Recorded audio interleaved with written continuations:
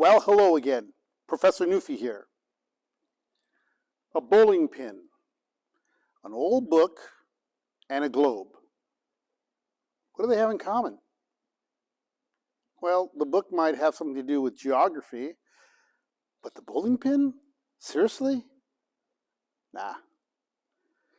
There really isn't anything that ties these together for the exception of one thing. Shape. That's right. Shape.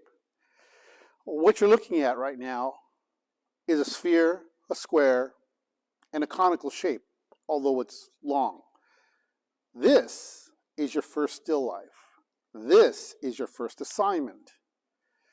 Your assignment, which I'm going to demonstrate on how to do, is to create this still life, or replicate it, which you'll find on the download, and make it look as close to this as possible using the style and way you have learned or are developing, or experimenting on what you want to do. What are you going to concentrate on? Well, you're going to be concentrating on shadow, direct light, reflective light, and every kind of detail you can find on that still life. Okay. Now, I notice some of you right now, you're looking at this and going, boring. Fine, that's okay. But like I said at the beginning, these tutorials are not going to be all the time fun. This is for the serious illustrator. This is for the serious student who really, really wants to learn how to draw and how to work in the arts. Now, some of you out there are pretty gifted. You're talented. In fact, you can draw a lot of anime characters, and they look just like anime characters. You can draw your own designs and draw faces, but where's that going to get you? We now started working on the basics, the pencils, the supplies, the posture, working on how to use these and how to find reflective light. Well, now it's starting to turn. Okay, it's time to get a little serious. And I know that my wife and a lot of other friends who look at me and say, oh, but you're a lot of fun. I am. I do have a lot of fun. However, there are parts in the arts that we don't want to work on. And this here is your first assignment on something you don't want to have to do.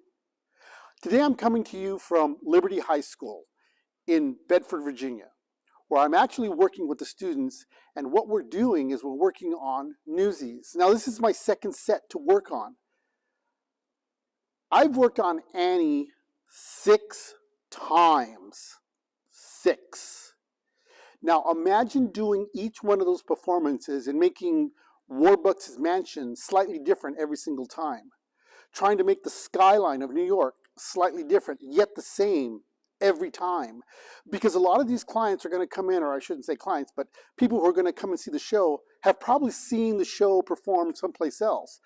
And the worst thing I can do is either be historically wrong or draw something they've already seen. You can't do that. There are times I have assignments which I don't really want to do, but I do them because that's my job. And this is your first job. You're going to be given assignments that you may not want to do. But if you want to make money from this, you're going to do things that you're going to want to make fun. Now, let me give you a suggestion. In the times that I don't want to do something, I have a project on the side that I'm working on. It keeps me motivated. It keeps me doing something that I enjoy doing. I try to do two things. A, I try to find something in here that I really like and focus on that. Now, some of you out there might be bowlers. Some of you may be writers, and some of you may love geography or just the globe itself. But pick an object, any object, and then work that. Make it something that you really like, and therefore the rest of the project will become something that you'll want to get into. If you can't do that, then also work on something on the side that you enjoy doing. If it's working on your anime, then work on it. Great, do it. But this is the assignment you have to do in order to move on to the next part. If you kind of slog through this or just kind of blast through it and go, okay, there, I've got it done, you're only shortcutting yourself. Trust me, I used to be that way. Study it. Look at it. See what type of pencils you can use to create lights and darks your erasers that are going to pick up lights and highlights. Do all that. I'm telling you, if you start getting those good habits now and start working on things you don't want to do now, it's going to be easier for you later on down the road. So come on, this will be set up for you. Let's go back to my studio. Actually, I got to be here for a little while, so I'm going to work on this set, and through the, I guess, process or technology magic, we'll get right back over to what we're supposed to be working on this episode of Art I Fax on the still life. Let's go. Come out to the coast, we'll get together, have a few laughs.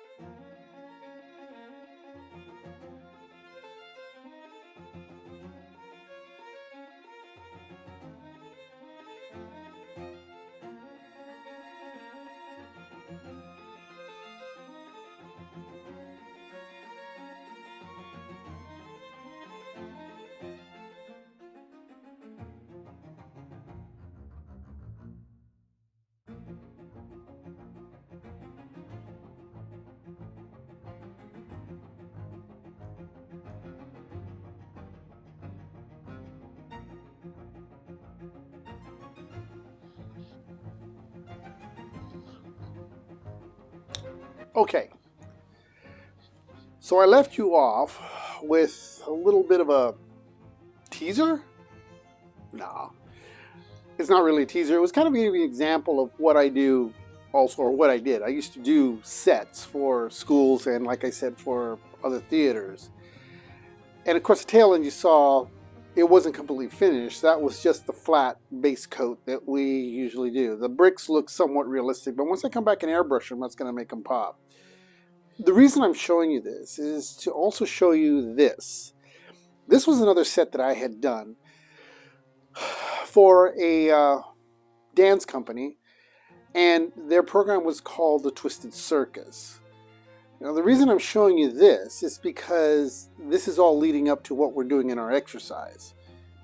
If you notice this, you can see that it's a flat surface, but as the camera moves away from the angle and straight on, it gives the illusion that the circus tent is actually round. And then, of course, once I airbrush and add color to it as this, it now becomes even more realistic. That's the same true with the floral curtains that I did in stripes here. They're relatively flat, but then once they're airbrushed, they give that illusion that they're fluffy and the wind is blowing through them. And that's all based because I understand light and shadow, and I'm able to create those illusions that look like they're popping off. And from the audience, it looks like a three-dimensional image, which is actually on a 2D surface. That's the same thing with this next one here that I've shown, that I'm demonstrating. It's also a flat surface, but it looks like corrugated metal. It was done for another play. And then, of course, there is stone that was also made. But in order to be able to master these, in order to be able to do these type of techniques, you have to be able to understand the basics of light and shadow. Now, some of you may be gifted and say, I already know all that stuff. Well, okay, great. That's terrific. If you know that stuff, then I'm sure it'll work well for you. But later on down the road, you're going to end up going back to some of the basics. You're going to end up going back to some of the stuff that you're going to be working with, and this is going to help. Now, remember what I said earlier about the chrome? Look at the roller bots that I made here. They looked very chrome and polished. In actuality, they're not. They're just painted and to make it look like light is reflecting off of each other. And that's because I understand how light bounces off something in order to create something, and how something reflects something else, and a lot of other words. But anyway, that's how chrome works. But to do all that, you've got to come back to the basics, and this is going to strengthen you and make you a stronger illustrator. All right, what we're going to do now is I'm going to go over and we're going to start working on the still life. Now, what I'm going to do is the still life you have now, which you will be able to download, which I've already said, you can pull that still life and then, like I said, download that. So I'm not really going to show you how to draw that. I want you to kind of work that. I want you to approach that with what you're going to do. Now, here's the reason why. If you've gone through everything already, such as the tutorials in the past, you already know which pencils you're using. You know what kind of supplies you're using. And you also know how to handle these lights and shadows using your blending stump and your erasers. So now it's time to take all that theory that you've learned and apply it to what you're doing now. It doesn't have to look like the photograph. I know I said you wanted to render it like that, but let me clarify this. Some of you are going to develop a style. And it doesn't have to be photorealistic. It can be very sketch-like, which will lead to something very painterly, is what the Impressionists used. Prior to that, a lot of the paintings were done photorealistically, and we'll get into that later, because I don't want to start going down a rabbit hole on this. But if you start sketching and start working, it actually draws the viewer in. Standing back away from it, it looks real, but as you get closer and closer and closer to yourself, it actually looks like you can see the pencil marks, and it actually makes the painting or the drawing more exciting. Now, I'm not trying to tell you which way to go here or there. I'm not trying to tell you how to draw. I want you to develop your own skills and styles. I'm giving you the basics. Remember, this is like boot camp. Military boot camp, they give you the basics, and that's what it is, the basics. If you really want to get into special forces, then they're going to show you how to do other things that are going to be advanced techniques. And we'll get into that later, but right now we've got to work on this. So I know, I'm going down the rabbit hole. But here's what I'm trying to say, is that I'm going to show you techniques on how to make that bowling pin even on both sides. You may want to move your images just slightly different. It doesn't have to be exactly. The only thing that I probably want you to do on this assignment is just to follow the 3 images. Try not to add something else to it. Just do the exercise. You can shift them and move them a little bit. Create your own composition if you want. But that's basically what I want to show you. Okay, let's get started, and we'll head over there to the studio and start working on that. Let's go.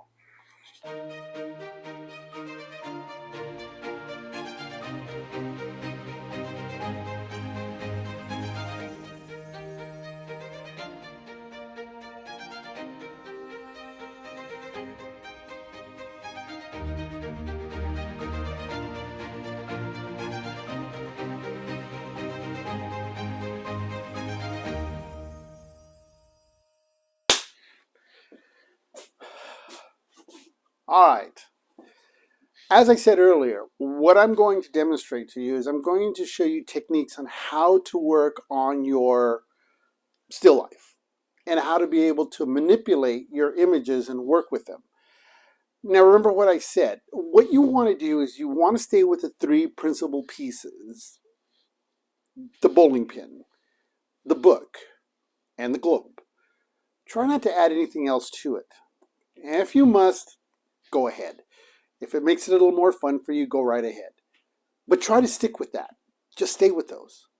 Now, I'm going to show you how to draw a bowling pin. This is a technique. It's not cheating. Trust me, it's not cheating. I keep referring that all the time because I have so many teachers saying, oh, if you trace, you cheat. No, you don't. we're going to get into portraits, and I'm going to actually show you how to trace a portrait, and then you're going to do the light and shadow technique on that. I had a teacher, not a teacher, but I had a parent one time said, oh, well, little Johnny traced it.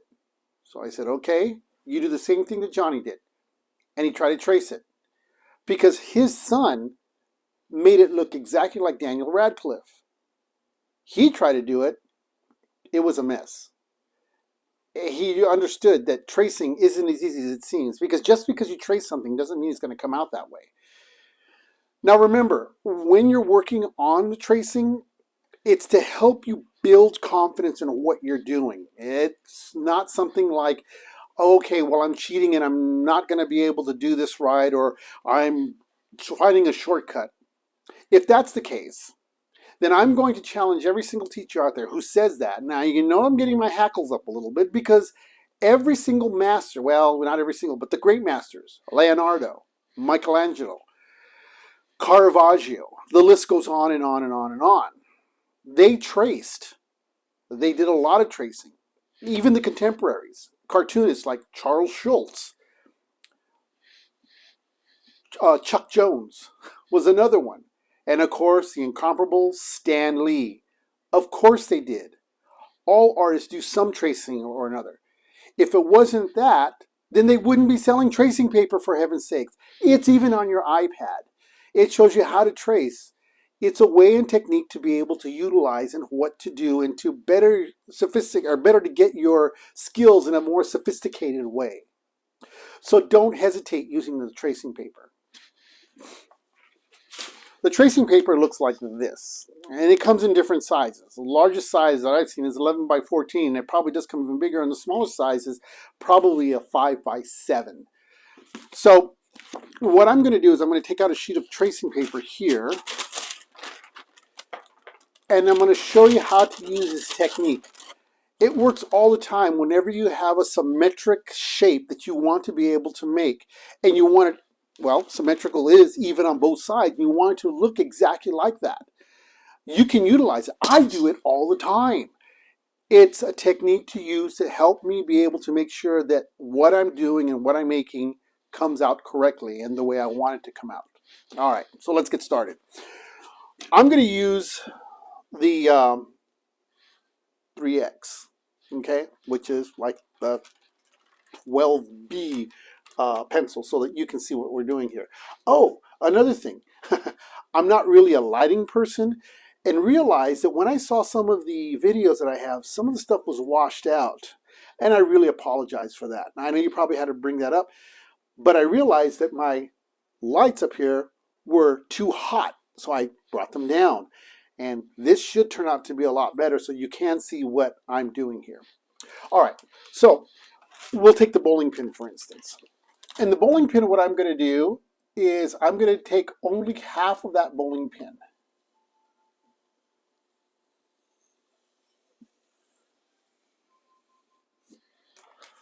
Just like that. And you can see how I have half that pin all set up. Now, I can do one of two things. I can either turn around and try to draw an exact same shape of that bowling pin, but lightly, and then I'm going to turn around and I'm going to have to redraw and redraw. Or what I can do is take my sheet of tracing paper, lay that tracing paper on top of that bowling pin. Now, for those of you who are just starting this, you may want to tape this down.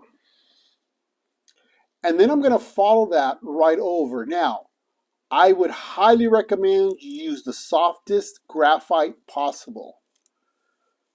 The softer the graphite, the easier it is going to be able to transfer onto your paper. All right, if you want, go back over it again and make a darker line. Now, you got to be careful not to carve into your paper. That's the other reason why you want to use a very soft graphite. The softer the graphite, the easier it is going to be able to transfer onto that. Now, as you can see, I have my image. Look at that, huh? Now what I'm going to do is I'm going to take that and I'm going to flip that image and I'm going to line it up to the bowling pin. Oh, look at that. Now I'm going to take my pencil and take my graphite And I'm going to follow the line which I traced on the front side.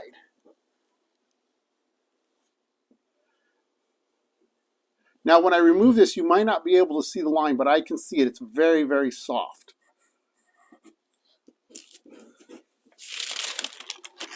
And voila, I can see the line. You might not be able to see it, but now all I have to do is go back over that line and follow the line that I traced that the graphite left behind.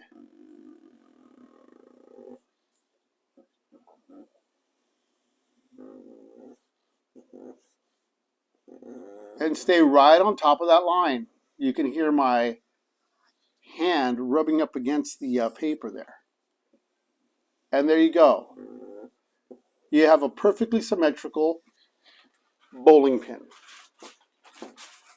And that's not cheating. That's just a technique used. It's actually called a cartoon. I'll get into the definition about a cartoon later, not like the animated cartoon.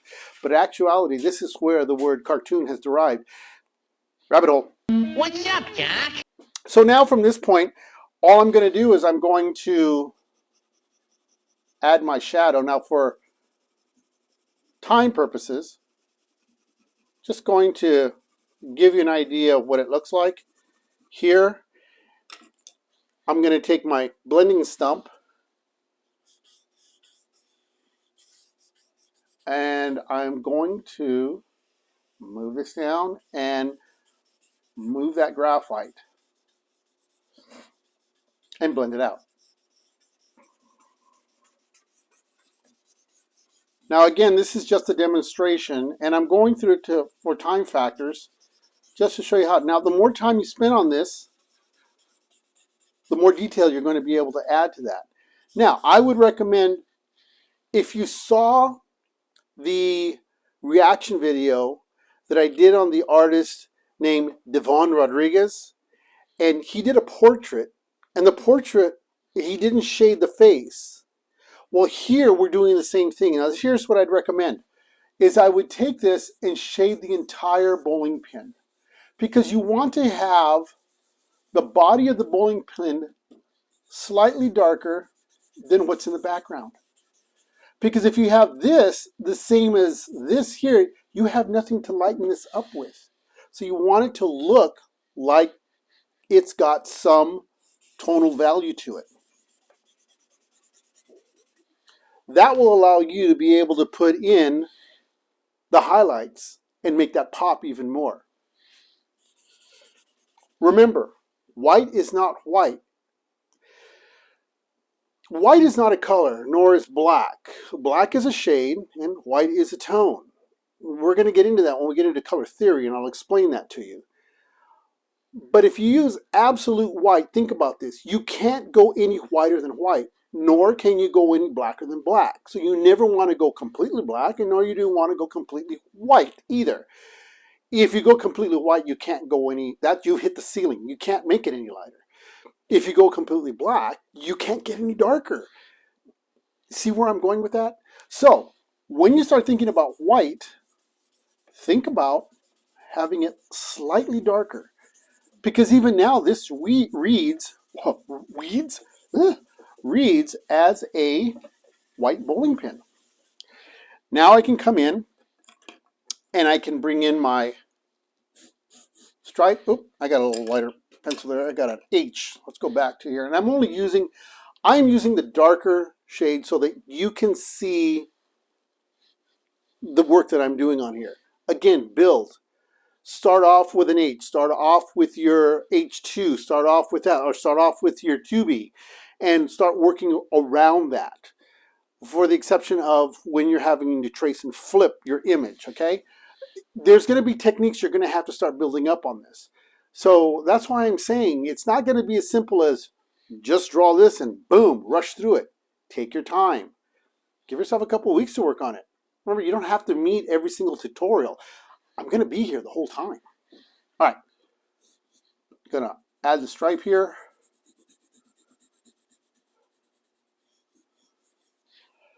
There we go.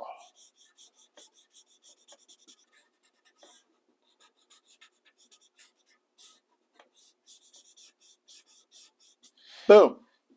There's your bowling pin. And of course, now I can come back and pick up a few highlights here and there. My highlight right there. And there's my bowling pin. Of course, my cast shadow. And again, I know I said do not stop when you're doing your shadow, but again, I'm doing this for time purposes. And there you go. Of course, you're going to get darker down in here. I can add more detail in that, but that's what you can do. Now, if you've done that, let me see. Here we go. If I have my tracing paper here, and I did half of that, I can easily move that and make another bowling pin someplace else. Or I could shift that bowling pin someplace else because I already have my pattern on here. In other words, it speeds up your process on what you're working with. So you don't have to worry about, oh my goodness, I have to redo this again. I have to start over from square one. No, you don't. All right, now let's take a look at that square, which is basically the book. If you look at its basic shape, it's a rectangle box. And that's what you're going to start off with. You're going to start off with a rectangular box. Now, let me show you. This next episode, which will be part 4, is going into basic perspective, which we will talk about. But right now, you really don't have to worry about perspective on this part. This part, you're basically going to be working on making sure that your lines are parallel to each other so that they're able to line up so they don't look cattywampus or they don't give that illusion of looking kind of all disheveled. All right, so let me show you here. If I'm doing my box, I'm going to start off with my line here. Now, here's the important thing that you want to remember. Once you start off with an angled line, you're going to want to make sure that your vertical lines are completely vertical, which means you're going to have to stand directly in front of your picture plane. Now, I'm standing up from an angle because I'm demonstrating for you. If you're standing off to the side, you have a chance of making your line coming at the side. So stand directly in front of your picture plane. You're going to bring your line down here. And then what you want to make sure is that the line down here is completely parallel to the line on the top. Now you bring your second line over. Make sure that your bottom line is parallel to the top line. And again, your line is vertical. There's your side of your picture plane, work that, and then bring this up. Now, this line and this line should be completely parallel, and then this line and this line should be parallel. Okay, now comes a little tricky part. You'll probably see that the book is slightly bent. You're going to kind of follow that contour line. That's where it starts to get a little tricky. That's where it's going to take practice. It's going to take patience. Don't get overwhelmed. Practice it. Here, if you've tried or if you've purchased newsprint, that's perfect. You can turn around and practice that on newsprint. Try making all your mistakes on there. Take your tracing paper, trace that image, and then place it onto your drawing board or your drawing paper. That's another skill that's used. A lot of the masters did that as well. So, like I said, there are different techniques. There are different ways to move around this. It doesn't have to be just drawn directly onto here. With technique and with experience, you're going to be able to get this. Now, don't get impatient if you don't get it the first time. Look, if you want to work in the arts or anything that you're doing, you're not going to get it overnight. The thing is, you have to be diligent. Just keep plugging away at it and keep working at it. If you have questions, let me know. I'll be more than happy to answer them for you and help you in any way I can. But it's just a matter of practicing and practicing and practicing. Hey, what's good about this is you don't have to worry about being in front of everybody else. You can do this at home and you can practice by yourself. Try to make it a goal that you want to have a piece that you're completely got, when you have it finished, that you'll want to have it matted and framed. Imagine that. You have a piece that you did that some professor taught you online. He taught you over YouTube. And you turned around and it was so good. It was great enough to mat and frame. That's your first piece. You should be proud of that. Seriously. You really should be. I still have some pieces that I did when I was in high school. I look back at them and I thought, wow, I was really proud of what I had done. And I still have them. They're really something that I pride myself on. And I look back on it and I go, I remember when. So really, it's not cheesy. It's kind of like a merit badge for yourself. Drawing isn't as easy as it seems, and it can be complex, and yet it can be simple too. I like what Degas said. He said one time, painting is easy. It's when you know everything about painting that it becomes hard. It's so true. You know, if you just pick up paints and you just express what you're feeling, it is easy. But once you start learning the principles, and once you start adding this, and you start adding that, and you start learning how to do this, and you start learning how to apply this to that, it does get complicated. But don't let that stop you. This is a great venture you're going on. And already, if some of you are this far already, you do have some talented skills. Now remember, the reason I'm having you do this is because there's going to be times that you're going to want to not do an assignment. Now, I have to make a denotation between these two. You're going to run into sometime in your career a moral standing of where you go versus a project you just don't want to have to do. Well, for instance, a person comes up to you and says, I'm going to pay you $1,000 to illustrate these tires. Okay?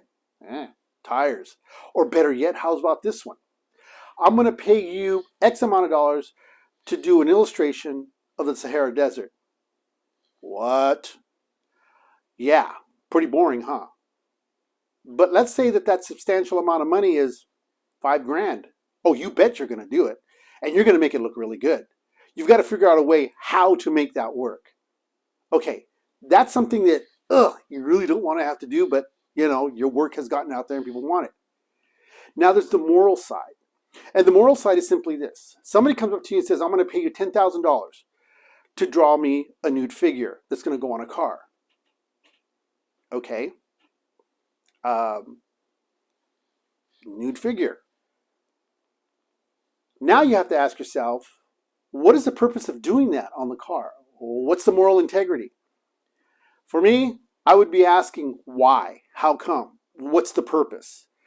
And now you're going to have to decide on what you want to do. And let's say they're offering you $50,000 for it. Well, where do you stand? That's what I'm talking about, between the moral compass and something that you don't want to have to do. I've come across that, and we'll talk about that later and other times. But what I'm trying to tell you is that I'm trying to get you to do an assignment that doesn't really seem that much fun, but take your skills and make it exciting. That's the whole thing. When I was in school, same thing. I thought I was this hot shot artist. I really did. Oh my gosh, if I could go back 30, 40 years and kick myself in the rear and say, who do you think you are? I would have been right where my professor taught me and drugged me through everything to get me out of my who do you think you are attitude. Because I don't care how much talent you have. There's always somebody behind you that is going to be better than you, and not because their skill set is better, it's because they're dependable, they work hard, and they're reliable. Yeah, you have to have those things. I knew this one young man. It's kind of a sad story. And I was working in Santa Barbara at the time, in a coffee shop. And I went in and I saw these beautiful renderings, wonderful renderings, marker renderings of concept cars, professionally done. Now, when I saw them, I've got to meet this guy. So I waited there, expected a suit and tie to come out.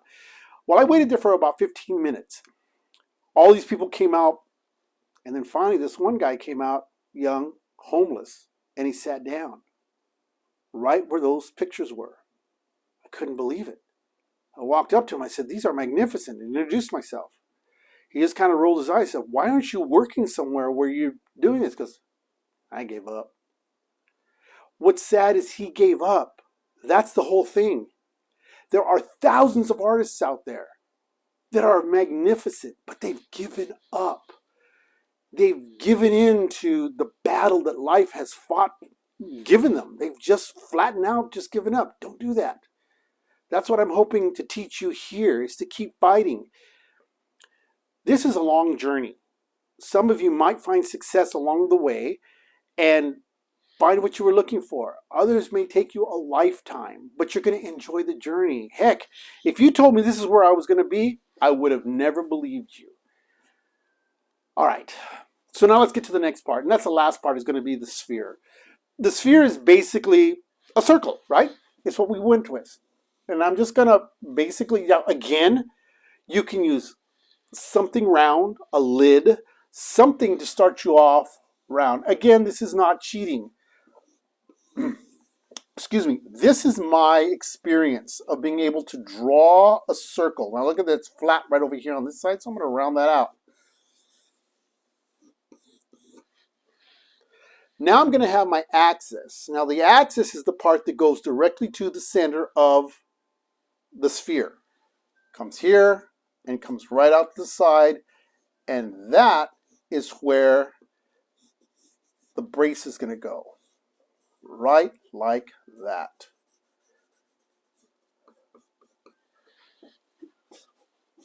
See how that works? Whoop. All right, let's move on.